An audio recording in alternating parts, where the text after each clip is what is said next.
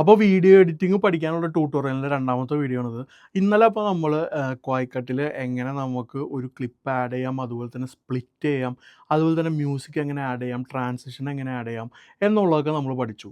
So ഇന്ന് നമ്മൾ അതിൻ്റെ ബാക്കി കണ്ടിന്യൂവേഷനാണ് പറയാൻ പോണത്. അപ്പോൾ നമുക്ക് നേരെ വീഡിയോയിലേക്ക് പോകാം.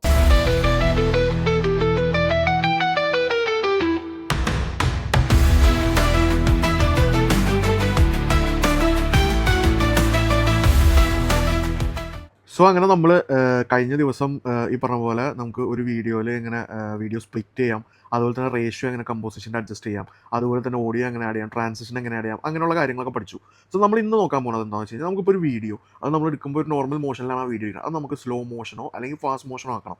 സോ അത് എങ്ങനെ ആക്കാം എന്നുള്ളതും ഈ സ്ലോ മോഷൻ ആക്കിയ വീഡിയോ എങ്ങനെ നമുക്ക് സ്മൂത്തൻ ചെയ്തെടുക്കാം, മീൻസ് ഇപ്പോൾ സ്ലോ മോഷൻ ആക്കി കഴിഞ്ഞാൽ തന്നെ ഞാൻ കാണിച്ചു തരാം. ഇപ്പോൾ ഈ ഒരു വീഡിയോ ഇത് നമ്മൾ സ്ലോ മോഷൻ ആക്കണമെന്നുണ്ടെങ്കിൽ ഈ വീഡിയോમાં ഇതുപോലെ വീഡിയോ സെലക്ട് ചെയ്ത് കഴിയുമ്പോൾ ഇവിടെ താഴെ സ്പീഡ് എന്നൊരു ഓപ്ഷൻ കാണാൻ പറ്റും. സ്പീഡ് എടുത്തിട്ട് ഇപ്പോൾ കിടക്കുന്നത് 1x ഈ 1x നിന്ന് ബാക്കിലേക്ക്, അതായത് 0.80 0.75 അങ്ങനെ കുറച്ച് കഴിഞ്ഞാൽ ഇത് സ്ലോ മോഷൻ ആവും. സോ അതെ ഇപ്പോൾ ഞാൻ ഇത് സ്ലോ മോഷൻ ആക്കി. പക്ഷേ നിങ്ങൾക്ക് ഈ സ്ലോ മോഷൻ കണ്ടാൽ നിങ്ങൾക്ക് മനസ്സിലാവും, അതായത് വീഡിയോയുടെ മോഷൻ കറക്റ്റ് അല്ല. കണ്ടോ, അതായത് ഭയങ്കര സ്കാറ്ററിങ്ങും മോഷൻ കറക്റ്റായിട്ടല്ല വരുന്നത്. സോ നമുക്ക് എങ്ങനെ ഈ ഒരു മോഷൻ കറക്റ്റ് ആക്കാം എന്നുള്ളത് ആദ്യം നോക്കാം. സോ നമ്മൾ സ്പീഡിൽ സ്ലോ മോഷൻ ആക്കിയതിന് ശേഷം സ്ലോ മോഷൻ ആക്കിയതിന് ശേഷം ഇവിടെ താഴെ സ്ലോ മോഷൻ ഫ്രെയിമിംഗ് എന്നൊരു ഓപ്ഷൻ കാണാൻ പറ്റും. സ്ലോ ഫ്രെയിമിംഗ് എന്നൊരു ഓപ്ഷൻ കാണാൻ പറ്റും. ഇതെടുത്തിട്ട് ഇതിൽ നമുക്ക് 3 ഓപ്ഷൻ കാണാം: ഫ്രെയിം ബ്ലെൻഡിങ്, മോഷൻ കോമ്പൻസേഷൻ, അതുപോലെ തന്നെ ജെല്ലി. ഇപ്പോൾ നമ്മൾ ഫ്രെയിം ബ്ലെൻഡിങ് എടുത്തെന്ന് വിചാരിച്ചു. സോ നമ്മുടെ ആ വീഡിയോ സ്ലോ മോഷനാക്കിയ വീഡിയോ ഫ്രെയിം ബ്ലെൻഡ് ചെയ്തിട്ടുണ്ട്. സോ ഇനി നമ്മൾ പ്ലേ ചെയ്ത് നോക്കുമ്പോൾ കണ്ടോ, ആ മോഷൻ ഒന്നും കൂടി പെർഫെക്റ്റായി. ലൈക്ക് ഇതിന് മുമ്പ് ഉണ്ടായത് എങ്ങനെയായിരുന്നു, ഇതുപോലെ ആയിരുന്നു. അത് എങ്ങനെയായി, അത് ഇതുപോലെയായി. നിങ്ങൾക്ക് ഇതിൽ വ്യത്യാസം കാണാൻ പറ്റും. കണ്ടോ, ആ സ്ലോ മോഷൻ കുറച്ചുകൂടി പെർഫെക്റ്റായി. ഇനിയിപ്പോൾ നമുക്ക് ഒന്നും കൂടി മോഷൻ ഇതാക്കണമെന്നുണ്ടെങ്കിൽ ജെല്ലി ആക്കി കൊടുക്കാം. അപ്പോൾ ഒന്നും കൂടിയും നമ്മുടെ മോഷൻ ഒന്നുകൂടി സ്മൂത്തനായിട്ട് കുറച്ചും കൂടിയും അടിപൊളിയായിട്ട് കിട്ടും. കണ്ടോ, പക്ക പെർഫെക്റ്റ് സ്ലോ മോഷൻ ആയില്ലേ നോക്കിയേ. അതായത് ഇതിന് മുമ്പ് ഉണ്ടായത് എങ്ങനെയാണ്, ഇതുപോലെ ഉണ്ടായത് നമ്മൾ ഇതുപോലെ ആക്കി. സോ അതിനാണ് നമ്മൾ സ്ലോ മോഷൻ സ്മൂത്തൻ ചെയ്യാമെന്ന് പറയുന്നത്. ഇനി നമുക്കിപ്പോൾ ഇത് ഫാസ്റ്റ് മോഷൻ ആക്കണമെന്നുണ്ടെങ്കിൽ സ്പീഡ് എടുത്തിട്ട് നോർമലി 1x ഇരിക്കുന്നത് നമ്മൾ ഫ്രണ്ടിലേക്ക് ആക്കി കൊടുക്കാം. 1.5 1.9 എങ്ങനെയെന്ന് വെച്ചാൽ ആക്കി കൊടുക്കാം. സോ അത് ഫാസ്റ്റ് മോഷനാവും. ഫാസ്റ്റ് മോഷൻ പിന്നെ മോഷനിൽ അങ്ങനെ വേറെ പ്രത്യേകിച്ച് ഇതൊന്നും ഒരു ലിമിറ്റ് വരെ വരില്ല. ഒരുപാട് ഫാസ്റ്റ് മോഷനൊക്കെ, അതായത് ആ വീഡിയോക്ക് ഉൾക്കൊള്ളാൻ പറ്റാത്തത്രം ഫ്രെയിമിങ്ങും കാര്യങ്ങളൊക്കെ വരുമ്പോഴാണ് നമുക്ക് മോഷനിലൊരു വ്യത്യാസം തന്നെ. അത് നമുക്ക് ഇപ്പോൾ 3.8 ആക്കിയിട്ടൊന്നും വലിയ കുഴപ്പമൊന്നുമില്ല. സോ നമുക്ക് അതുപോലെ ഫാസ്റ്റ് മോഷൻ ആക്കാൻ പറ്റും. സോ ഇങ്ങനെയാണ് നമ്മൾ സ്ലോ മോഷനും ഫാസ്റ്റ് മോഷനും ആക്കുന്നത് ഒരു വീഡിയോ. സോ അതുപോലെ തന്നെ ഈ സ്ലോ മോഷനും സ്പീഡും ആക്കണേലുള്ള വേറൊരു ഓപ്ഷനാണ് കർവ് സ്പീഡ് എന്ന് പറയുന്നത്. അതായത് എന്താ സംഭവം എന്ന് വെച്ച് കഴിഞ്ഞാൽ നമുക്ക് ഇപ്പോൾ സ്പീഡ് റാമ്പിങ് അതുപോലുള്ള കാര്യങ്ങൾക്കൊക്കെ ആയിട്ടാണ് നമ്മൾ കർവ് സ്പീഡ് മെയിൻലി യൂസ് ചെയ്യണത്.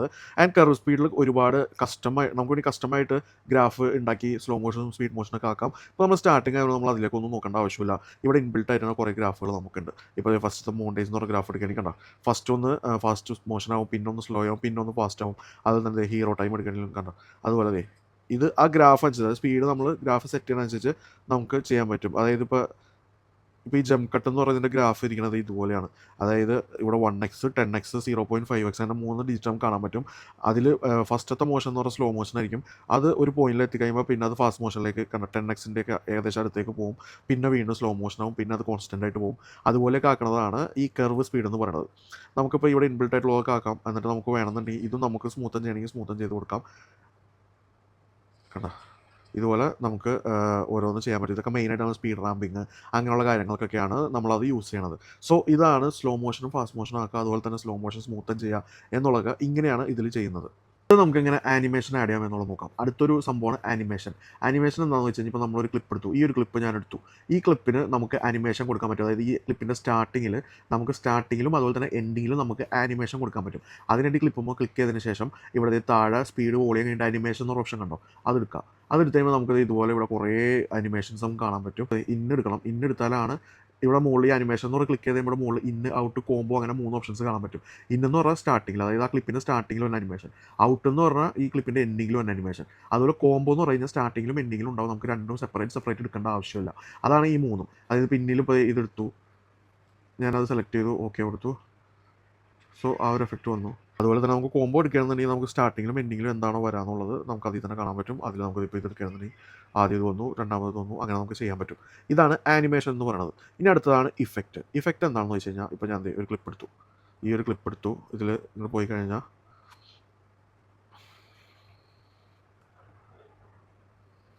നമുക്കിവിടെ വീഡിയോ എഫക്ട്സ് എന്ന് പറഞ്ഞ ഒരു സംഭവം കാണാൻ പറ്റും. ഓക്കെ, വീഡിയോ എഫക്റ്റ് എടുത്തു കഴിഞ്ഞാൽ നമ്മുടെ വീഡിയോസിന് ഇതുപോലത്തെ എഫക്ട്സ് നമുക്ക് ആഡ് ചെയ്യാൻ പറ്റും. ഇപ്പോൾ അതെ ഇത് ആഡ് ചെയ്ത് കഴിഞ്ഞാൽ കണ്ട ബട്ടർഫ്ലൈസ് പോണ പോലെ നമുക്ക് ആഡ് ചെയ്യാം. അതുപോലെ ഒരുപാട് എഫക്റ്റുകൾ ഉണ്ട് ഇതിൽ. നമുക്ക് എങ്ങനത്തെ വേണമെങ്കിലും നമുക്ക് ഇതുപോലെ നമുക്ക് ഇതിൽ കൊണ്ടുവന്ന് ആഡ് ചെയ്യാൻ പറ്റും. കണ്ടോ?